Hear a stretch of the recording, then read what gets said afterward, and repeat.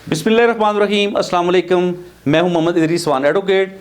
दोस्तों, यौम मई 1 मई पूरी दुनिया में मज़दूरों के आलमी दिन के तौर पर मनाया जाता है। और इस दिन के हवाले से हम क्या कर सकते हैं, हमारी हुकूमतें क्या कर सकती हैं, हमें अपने गिरबानों में झांकना होगा। यौम मई के हवाले से हमारी तजवीज़ ये हैं कि कारखानों और जायकार का बाकायदा और हर लिहाज से मुकम्मल मुलायजा किया जाए और मजदूरों की सलामती और लापरवाही के मुर्तकिब अफराद के खिलाफ सख्त तादीबी कार्रवाई की जाए। इसके अलावा कम अज़ कम उजरत में अफराद ज़र के तनासब से इजाफा की जाए, जो कि इस वक्त कम अज़ कम 50,000 रुपये माना बनता है, और उजरत बोर्ड में मजदूरों की नुमाइंदगी यूनियन लीडरों की सुपुर्द की जाए। इसके अलावा फैक्ट्रीज एक्ट 1934 और चिल्ड्रन एक्ट ECA 1991 और दीगर ज़ेर इल्तवा और तरमीम तलब कवानीन की तकमील को तरजीह दी जाए, और अलावा मजदूरों को आईने को डोर स्टेप पे अता किए जाएं। आईने पाकिस्तान के आर्टिकल नंबर 25(1) के मुताबिक कानून की नज़र में तमाम शहरी बराबर हैं और इन्हें कानून का यकसा तहफ़्फ़ुज़ दस्तयाब होगा। और इसी तरह आर्टिकल नंबर 11(1) के तहत